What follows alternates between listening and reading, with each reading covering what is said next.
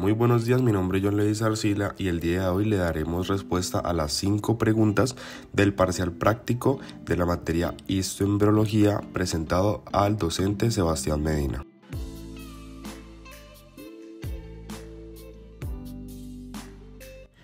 A mí me correspondió el caso clínico número 4, un defecto del cierre del tubo neural. Una mujer embarazada de 20 semanas se somete a una ecografía rutinaria de detección prenatal. La ecografía muestra una ausencia de las bóvedas craneal y el cerebro en el feto, pero se observan estructuras faciales normales. Al análisis del líquido cefalorraquídeo se encuentran niveles elevados de AFP. Entonces comenzamos con la pregunta número 1. ¿Cuál es el diagnóstico probable en este caso clínico y cuáles son las características anatómicas de este defecto? El diagnóstico probable de este caso clínico sería una anencefalia, la cual es un defecto severo de la bóveda craneal y del encéfalo que se debe a la falta del cierre del neuropolo rostral durante la 4ª semana. En consecuencia de esto, no están presentes el prosencéfalo ni el mesencéfalo, tampoco la mayor parte del rovencéfalo ni la bóveda craneal. La mayor parte del encéfalo del embrión queda expuesta o se sale del cráneo, en lo que se denomina una exencefalia. Debido a las alteraciones en la estructura y la vascularización, o sea, la formación de los vasos sanguíneos nuevos, del cerebro embrionario con exencefalia, el tejido nervioso experimenta degeneración y los restos del encéfalo están constituidos por una masa vascular esponjosa que es formada en su mayor parte por estructuras del romboencéfalo. La siguiente pregunta, la número 2, dice: describe las características clínicas y radiológicas típicas de esta malformación. Igualmente, discuta a partir de qué momento del desarrollo embrionario se establece esta malformación. Bueno, en las características clínicas y radiológicas podemos hallar que los huesos planos de la bóveda craneal están ausentes y hay una masa de tejido blando en la región en la que normalmente es ocupada por los hemisferios cerebrales. Las estructuras faciales son normales, al igual que el cuerpo. Hidramios está presente. Esta es una afección que ocurre cuando se acumula mucho líquido amniótico durante el embarazo. Por esas características, el producto de la concepción no es viable. Respondiendo desde qué momento del desarrollo embrionario, la anencefalia ocurre durante la etapa temprana del desarrollo embrionario, específicamente en la 4ª semana de gestación. Durante este periodo se forma el tubo neural, que es la estructura embrionaria que da origen al cerebro y la médula espinal. Sin embargo, en los casos de anencefalia, el tubo neural no se cierra adecuadamente en la región craneal, lo que resulta en una falta del desarrollo del cerebro y la bóveda craneal. Continuando con las preguntas, tenemos la número 3. ¿Cuáles son los factores de riesgo conocidos para el desarrollo de esta malformación?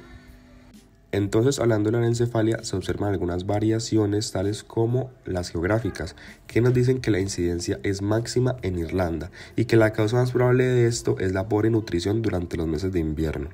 También tenemos como otro punto enfermedades de la gestante, como por ejemplo la fiebre o la diabetes, que lleva al exceso de líquido amniótico, polidramios, que ya lo explicamos anteriormente, y esto es posiblemente debido a que el feto carece de control neural necesario para deglutir el líquido amniótico.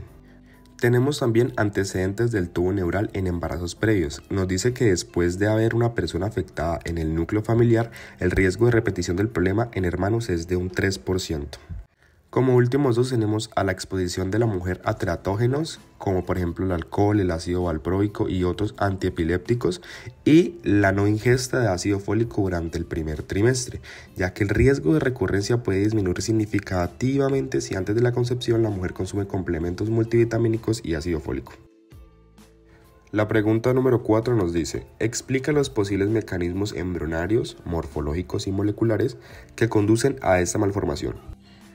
Los posibles mecanismos embrionarios, morfológicos y moleculares que conducen a esta malformación podrían ser debido a un defecto en el proceso de la adhesión celular, en la diferenciación celular y el mecanismo de cierre del tubo neural, lo cual impide que los pliegues neurales se fusionen correctamente, impidiendo así el paso de la placa neural a tubo neural. Esto se asocia con un factor teratogénico a los que la madre se puede haber expuesto. También a la no ingesta de ácido fólico, que lo habíamos mencionado anteriormente, ya que es recomendable que toda mujer en edad fértil que pueda embarazarse, consuma 0.4 miligramos de ácido fólico todos los días para disminuir el riesgo de defectos del tubo neural en el primer trimestre, justo en el periodo crítico de formación del tubo neural. Por último, la pregunta número 5. ¿Cuál es el enfoque de manejo y las opciones de asesoramiento genético para los padres en este tipo de casos? En este tipo de casos, lo más recomendable es que los futuros padres consideren planificar el embarazo con anticipación, ya que eso permite tomar medidas preventivas y estar alerta ante cualquier indicio de anomalías o malformaciones del embrión. Una de las medidas, que ya les he hablado bastante de ella, es asegurarse de obtener suficiente ácido fólico. También es importante investigar si existen antecedentes familiares de malformaciones del tubo neural. Si alguno de los padres ha tenido un hijo con una enfermedad genética anteriormente, eso puede aumentar el riesgo de tener otro hijo con una condición similar, como les había comentado anteriormente también. Además, es aconsejable realizar controles médicos que incluyan imágenes diagnósticas como ecografías y análisis de sangre. Estos exámenes pueden proporcionar información valiosa sobre el desarrollo del embrión y ayudar a detectar posibles problemas de manera temprana.